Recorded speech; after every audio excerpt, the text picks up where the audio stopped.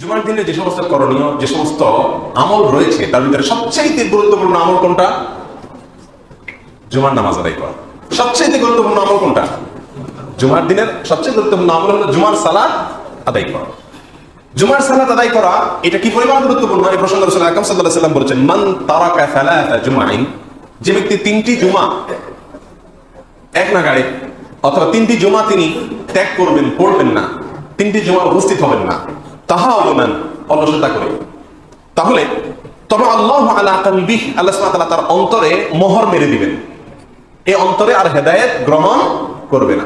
আপনারা একটা জিনিস খেয়াল করবেন, কিছু লোক সমাজে আছে হতভাগা, এরা জুমার নামাজে হাজির হয় না, এবং নিয়মিত যারা জুমার নামাজে হাজির হয় না, দেখেন এদের জীবনে হেদায়েত বা সঠিক পথের সন্ধান বা জীবনে ভালো জান্নাতের পথে আসার ঘটনা খুবই রেয়ার, কারণ এদের অন্তরে আল্লাহ সুবহানাহু ওয়া তাআলা মোহর মেরে দেন। হ্যাঁ, যদি কোনো ওজনের কারণে কারণ জমা চলে যায়, যেমন আমাদের প্রবাসী ভাইরা অনেকেই আমাদের কাছে প্রশ্ন করেন অনেক সময় যে কোম্পানির চাকরি করেন, সেখানে জুমার সময় ছুটি দেওয়া হয় না, অথবা এমন মরুভূমিতে এমন জায়গায় তাদের ডিউটি, সেখান থেকে জুমা মসজিদ বহু দূরে, তারা যেতে পারেন না, তাদের কথা ভিন্ন। কারণ হাদিসে বলা হয়েছে তাহা বলেন, যে ব্যক্তি অলসতা করে তিন জুমা বাদ দেয় তার অন্তরে আল্লাহ সুবহানাহু ওয়া তাআলা মোহর মেরে দিবেন। অতএব কোন অবস্থাতেই একজন মুমিন জুমার নামাজের গুরুত্ব তার কাছে কম থাকতে পারে না, সবচেয়ে বেশি গুরুত্ব তিনি জুমার নামাজে দিবেন। এই বিষয়ে সেই মুসলিমের আরেকটা হাদিস আছে, রাসূলুল্লাহ সাল্লাল্লাহু আলাইহি ওয়াসাল্লাম বলেছেন, হয় তোমরা জুমার ব্যাপারে অলসতা বন্ধ করবে, আর না হলে আল্লাহ তাআলা তোমাদের অন্তরে মোহর মেরে দিবেন, সিল মেরে দিবেন, সিল গালা করে দিবেন অন্তরকে, অন্তরে আর ভালো কিছু প্রবেশ করবে না, সব অন্তরে বন্ধ হয়ে যাবে। মোহতারাম হাজিরিন, আমরা যারা জুমার নামাজে দেরিতে আসি অথবা দায় সারা জুমার নামাজ পড়ি, কোন রকম ইমাম সাহেবের খুতবার আওয়াজ শোনা গেলে বাসা থেকে রওনা দেই, অথবা কেরাত শুরু হলে, একামত শুরু হলে দৌড় দিয়া কোন রকম পিছনে এসে দাঁড়াই, তারাও এই দলের কিছুটা হলেও অন্তর্ভুক্ত। কারণ আপনি জুমার নামাজ পড়ছেন, দায় সারা জুমার নামাজ, যে আসছে না এবং তার সাথে পার্থক্য আপনার অবশ্যই আছে, কিন্তু আপনিও অলসতা করছেন, তিনি অলসতা করছেন। এই বিষয়ে রাসূল আকরাম সাল্লাল্লাহু আলাইহি ওয়াসাল্লামের বেশ অনেকগুলো হাদিস রয়েছে। আর সে প্রসঙ্গে আমরা বলতে চাই, জুমার দিনের দ্বিতীয় আমল এবং দ্বিতীয় করণীয় হলো তাড়াতাড়ি ভোরে ঘুম থেকে ওঠা অন্য দিনের তুলনায়, আর জুমার নামাজেও সবচাইতে তাড়াতাড়ি আসা। অন্য পাঁচ ওয়াক্ত নামাজে আপনি একামতের আগ দিয়ে আসেন, অসুবিধা নেই, কিন্তু জুমার নামাজ অন্য পাঁচ ওয়াক্ত নামাজের মতো নয়, এখানে আপনাকে যথেষ্ট আগে আসতে হবে, রাসূল আকরাম সাল্লাল্লাহু আলাইহি ওয়াসাল্লাম নির্দেশ করেছেন, এবং এর বিশেষ ফজিলত রয়েছে। আমরা তো অন্য দিনে সকালে যা ঘুম থেকে একটু আগে উঠি, শুক্রবারে সবচাইতে দেরিতে উঠি। প্রায় 95% মানুষ বা তারও বেশি সংখ্যক মানুষ আমাদের সমাজে এই দশা, পাঁচ ওয়াক্ত নামাজি মানুষের একই দশা। জুমার দিনে বরং একটু দেরিতে উঠি, অথচ সেদিন একটু আগে উঠার কথা, আর জুমার নামাজে আগে হাজির হওয়ার কথা। জুমার নামাজে আগে হাজির হওয়া সম্পর্কে একটি হাদিস রয়েছে, তিরমিজিতে হাদিসটি বর্ণিত হয়েছে বিশুদ্ধ সূত্রে। এই হাদিসটি সম্পর্কে মুহাদ্দিসদের কেউ কেউ বলেছেন, ফজিলত এবং মর্যাদার যত হাদিস আছে গোটা কোরআন হাদিসের বিশাল ভান্ডার জুড়ে এই হাদিসটি হলো ফজিলতের হাদিসগুলোর ভিতরে সবচাইতে চূড়ান্ত ভাবে সবচেয়ে বেশি সংখ্যক ফজিলতের কথা এই হাদিসে রয়েছে। আর সেই হাদিসটি হলো রাসূল আকরাম সাল্লাল্লাহু আলাইহি ওয়াসাল্লাম বলেছেন, মান ইগতাসালা ইয়াওমাল জুমআতি ওয়া গাসসাল, যে ব্যক্তি জুমার দিনে গোসল করলো এবং করালো, কেউ কেউ বলেছে যে বিবাহিতের জন্য সমাসে কথা বলা হয়েছে, আবার অনেকে বলেছেন এখানে উদ্দেশ্য হলো ভালো করে চুল টুল ইত্যাদি মাথা টাথা ধুয়ে ভালো করে উত্তম রূপে যে ব্যক্তি জুমার দিনে গোসল করলো, এক ওয়াবাক্কারা ওয়াক্তাকার, তাড়াতাড়ি উঠলো, জুমার সময় তাড়াতাড়ি হাজির হলো, তিন ওয়াদানা, ইমামের সবচেয়ে খতিবের সবচেয়ে কাছাকাছি গিয়ে বসলো, চার ওয়াস্তামা, জুমার আলোচনা খুতবা খুব মনোযোগ সহকারে শুনলো, পাঁচ ও আনসাতা, এবং চুপ থাকলো, কোনো কথা বললো না। এই পাঁচটি কাজ যে ব্যক্তি করবে, কানা লাহু বিকুল্লি খুতওয়াতিন ইয়াখতুহা আজরু সানাতিন সিয়ামুহা ওয়া কিয়ামুহা, তাহলে সেই ব্যক্তিকে আল্লাহ সুবহানাহু ওয়া তাআলা বাসা থেকে মসজিদে আসার সময় সে পায়ে হেঁটে আসছে, প্রতি কদমে আল্লাহ সুবহানাহু ওয়া তাআলা 1 বছর রোজা রাখার, 1 বছর রাত জেগে তাহাজ্জুদ পড়ার সওয়াব দিবেন। আপনি ইসলামের যত ফজিলত, কোরআন হাদিসে যত ফজিলতের কথা শুনছেন আজ পর্যন্ত, ক্যালকুলেশন করে দেখেন এর চাইতে বেশি ফজিলতের কোনো হাদিস কোরআন হাদিসে আর কোথাও নেই। আপনি হিসাব করে দেখেন, আপনার বাসা যদি একটু দূরে হয় আর জুমার নামাজ সময় আপনি আসেন, কতগুলো কদম দেওয়া হয়? 200, 300, 400, 500 কদম যদি হয়, তাহলে 500 কদমে 500 বছর রোজা রাখা, 500 বছর তাহাজ্জুদ পড়া এক নাগাড়ে, এর সওয়াব আপনি শুধু জুমার নামাজে আসার সময় আপনি অর্জন করতে পারছেন। এত অল্প বিনিয়োগে এত বিশাল ফজিলত আর কোনো আমলে পাওয়া যায় না, এটা জুমার দিনে পাওয়া যায় 5টা কাজ করলে। কয়টা কাজ করলে?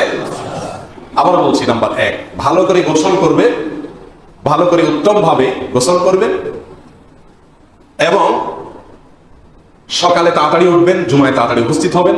3, ইমামের খুব কাছাকাছি এসে, যে যত কাছাকাছি এসে বসতে পারেন ততই ভালো। এবং 4, মনোযোগ সহকারে খুতবা শুনবেন এবং 5 খুতবার সময় একেবারে পাথরের মতো চুপ থাকবেন। এই 5টা কাজ যদি করেন তাহলে সওয়াব পাওয়া যাবে। আল্লাহ আমাদের সকলকে তৌফিক দান করুন। তাহলে জুমার দিনের দ্বিতীয় করণীয় পেয়ে গেলাম। নাম্বার 3, জুমার দিনের তৃতীয় করণীয় হলো আল্লাহর কাছে দোয়া করা। আল্লাহর কাছে দোয়া করা। জুমার দিন এটা দোয়া কবুলের একটা বিশেষ দিন। রাসূল আকরাম সাল্লাল্লাহু আলাইহি ওয়াসাল্লাম বলেছেন, জুমার দিনে একটি বিশেষ মুহূর্ত আছে, একটি বিশেষ সময় আছে। এই সময়ে বান্দা যদি আল্লাহর কাছে কিছু চায় তাহলে আল্লাহ সুবহানাহু ওয়া তাআলা সেই চাওয়াকে সাথে সাথে কবুল করেন। কিন্তু সেই সময়টা ঠিক কোন সময় সেটা হাদিসে নির্দিষ্ট করে বলা হয়নি। জুমার দিন সেটা কি সকালে না দুপুরে, জুমার সময় না বিকেলে না সন্ধ্যায় না আগের রাতে, এটা নির্দিষ্ট করে দেওয়া হয়নি। কেন নির্দিষ্ট করে দেওয়া হয় নাই? ওই যে লাইলাতুল কদরের মতো, যাতে করে সারা দিন ভরে মানুষ দোয়ার জন্য চেষ্টা করে। যদি তার দোয়াটা ওই নির্দিষ্ট সময়ে হয়ে যায় তাহলে তো ব্যাটে বলে হয়ে গেল, তার দোয়া আল্লাহ সুবহানাহু ওয়া তাআলা কবুল করবেন। তবে বেশিরভাগ উলামায়ে কেরাম মন্তব্য করেছেন যে সেই সময়টি হলো আসরের পরে। আসরের পরে হওয়ার সম্ভাবনাটা একটু বেশি। এই জন্য জুমার দিনে আসরের পরের সময়টাতে দোয়ায় মাশগুল হওয়া উচিত। এই ক্ষেত্রে দেখা যায় আমাদের চিত্র সম্পূর্ণ উল্টো। আমাদেরকে শয়তান আসলে যেই কাজগুলোতে আমরা সবচেয়ে বেশি লাভবান হব, ওই কাজগুলো থেকে ততটাই শয়তান আমাদেরকে দূরে সরিয়ে রাখে। এই জন্য দেখবেন আসরের পরে জুমার দিন পারিবারিক এবং সামাজিক আড্ডা সবচাইতে বেশি জমে। যত মিটিং, সেটিং, ফিটিং, আড্ডা, বৈঠক, চা চক্র, এগুলো অন্য যে কোনো দিন বিকেলের চাইতে জুমার দিন বিকেলে বেশি হয়। দোয়াটা করবে সেই মানসিকতা মানুষের থাকে না, মানুষ ভুলে যায়। আল্লাহ তাআলা আমাদেরকে জুমার দিনের এই আমলটিও করার তৌফিক দান করুন। নাম্বার 4, জুমার দিনের জুমার পরেই সিরিয়ালে এটা 2 আসা উচিত ছিল। সবচেয়ে গুরুত্বপূর্ণ আমল হলো রাসূল আকরাম সাল্লাল্লাহু আলাইহি ওয়াসাল্লামের প্রতি এই দিনে বিশেষ করে বেশি বেশি দরুদ পাঠ করা। জুমার দিনে বেশি বেশি দরুদ পাঠ করা।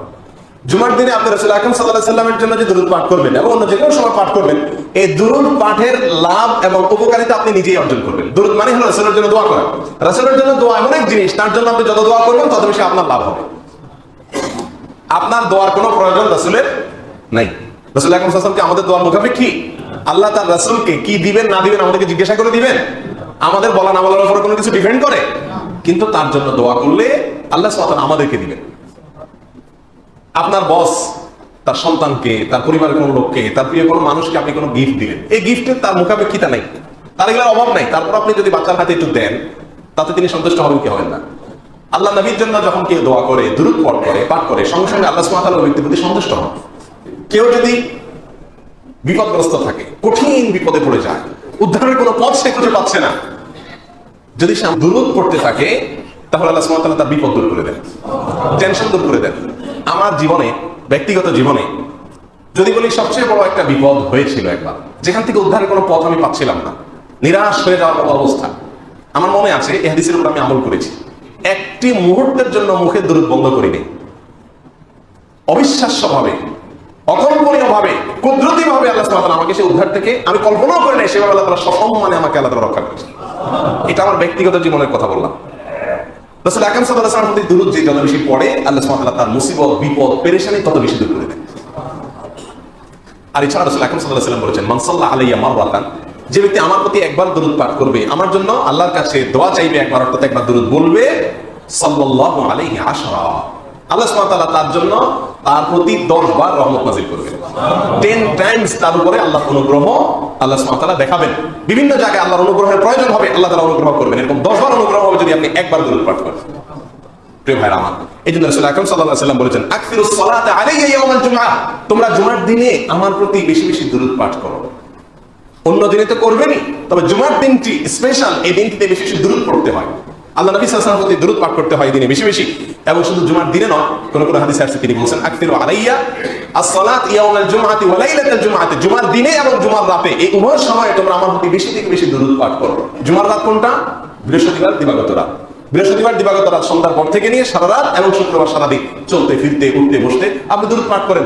দুরূদ নির্দিষ্ট কোনো দুরূদ নাই, যে দুরূদ পান সে দুরূদ পড়েন, শুধু সাল্লাল্লাহু আলাইহি ওয়াসাল্লাম পড়েন, এটাও দুরূদ। আল্লাহুম্মা সাল্লি আলা মুহাম্মাদ ওয়া আলা আলি মুহাম্মাদ, নামাজে যেটা পড়েন দুরূদ ইব্রাহিম, এটা পড়তে পারেন। অথবা শুধুমাত্র আল্লাহুম্মা সাল্লি আলা মুহাম্মাদ ওয়া আলা আলি মুহাম্মাদ পড়েন, যে কোনো দুরূদ আপনি পড়তে পারেন। এটা পড়লে আল্লাহ সুবহানাহু ওয়া তাআলা একবার পড়লে আপনার মধ্যে 10 বার অনুগ্রহ নাযিল করবেন। মুহতারাম হাজিরিন, এই জন্য জুমার দিনে বিশেষ করে দুরূদের ফজিলত রয়েছে। আরাবিয়ানদেরকে দেখা যায় এই জিনিসটা খুব ভালো করে তারা রপ্ত করেছে। ভালো মন্দ তাদের অনেক গুণ থাকতে পারে, কিন্তু দেখা যায় কথায় কথায় তারা দুরূদ পড়ে, কথায় কথায় দুরূদ পড়ে, ঝগড়া লাগলেও দুরূদ পড়া শুরু করে দেয়, তর্ক হলেও দুরূদ পড়া শুরু করে দেয়, কিছু হারায় গেছে খুঁজে পাচ্ছে না, দুরূদ পড়া শুরু করে দেয়। উঠতে বসতে দুরূদ ছাড়া আর কিছু নাই। রাস্তার মোড়ে মোড়ে সাল্লি আলা নবী লেখা থাকে, গাড়ির গ্লাসে সাল্লি আলা নবী সামনে পেছনে লেখা থাকে, কারণ তারা এটা ফজিলত বুঝতে পেরেছে। কিন্তু আমাদের দেশে দুরূদ হয়ে গেছে ট্র্যাডিশনাল। ট্র্যাডিশনাল দুরূদ মানে হুজুর ভাড়া করে আনে, হুজুর এনে ইয়া নবী সালাম আলাইকা টান দেয়, সবাই হুজুরের সাথে শুরু শুরু বলে, হুজুর চলে যায়, এরপরে দুরুদ আমার বন্ধ হয়ে যায়। দুরুদটা কি হুজুর লাগে? নামাজে যে আমরা দুরুদ পড়ি, ইমাম সাহেব কি আমাদেরটা পড়ায় দেয় নাকি যারটা সে পড়ি আমরা? তাহলে বোঝা গেল দুরুদ এমন আমল যার জন্য হুজুর ভাড়া করার প্রয়োজন হয় না, এটা যার যারটা শেষে করতে হয়। এখন শুধুমাত্র এই তথাকথিত মিলাদে, তাও ভুল পদ্ধতিতে, বেদাতের পদ্ধতিতে আমরা দুরুদ পড়ি, আর আমাদের জীবনে দুরুদের কোনো অবস্থান এবং খবর নেই। প্রিয় ভাইরা আমার, জুমার দিনে হয়তো অনেকের কাছে নতুন হবে আমলটা। জুমার দিনের দুরুদ আমরা এখন থেকে প্রতি জুমায় বৃহস্পতিবার রাত থেকে সন্ধ্যা থেকে শুরু হয়ে যাবে এবং জুমার সারাদিনে উঠতে বসতে চলতে ফিরতে কিছু কিছু দুরুদ পাঠ করবো। আল্লাহ তাআলা আমাদের সবাইকে তৌফিক দান করুন। 4 নম্বর আমল গেল। নাম্বার 5 নম্বর হলো জুমার রাত, অর্থাৎ বৃহস্পতিবার দিবাগত রাত। অনেকে রাত্রে দাঁড়িয়ে রাত জেগে ইবাদত করেন, কারণ বিশেষ ফজিলতের রাত জুমার রাতের জন্য একটি হাদিসে পরিষ্কার ভাবে নির্দিষ্ট করে শুধুমাত্র এই রাত জেগে ইবাদত করা নিষেধ আছে। তেমনি ভাবে একই হাদিসে এই দিনে রোজা রাখা নিষেধ করা হয়েছে। হ্যাঁ, আপনি এমনি সবসময় তাহাজ্জুদ পড়েন, সেই হিসাবে এটা পড়েন, অনেক উত্তম, কিন্তু নির্দিষ্ট করে এই সময়ের জন্য আপনি সিয়ামের জন্য এটাকে নির্ধারণ করবেন না। দুরুদ প্রসঙ্গে একটা কথা বলতে হয়, তা হলো একটা দুরুদ আমাদের সমাজে খুব প্রচলিত আছে, বিভিন্ন মসজিদে টাঙ্গায় রাখা হয় কাগজ দিয়ে ছাপায়া, এবং অনেক জায়গায় বিতরণ করা হয়। সেটা হলো জাযাল্লাহু আন্না মুহাম্মাদান মা হুয়া আহলুহু। এই দুরুদটা আসরের পরে 80 বার পড়লে অনেক সওয়াবের কথা বলা হয়ে থাকে।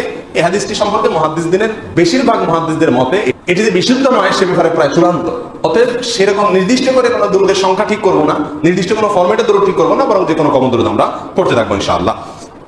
6 নম্বর আমল হলো জুমার দিনের সূরা কাহাফ তেলাওয়াত করা। সূরা কাহাফ যদি জুমার দিনে কেউ তেলাওয়াত করে, তো একাধিক বর্ণনায় পাওয়া যায় যে কিয়ামতের দিন এটি তার জন্য নূর এর ভূমিকা রাখবে। নূর মানে আলো। কিয়ামতের দিন কিন্তু গুটগুটে অন্ধকার থাকবে একটা সেশনে। তখন আল্লাহ সুবহানাহু ওয়া তাআলার পক্ষ থেকে যারা সূরা কাহাফ তেলাওয়াত করতে জুমার দিনে, আল্লাহ সুবহানাহু ওয়া তাআলার পক্ষ থেকে তাদের জন্য এটি নূর বা আলোর ভূমিকা দিবে সেদিন।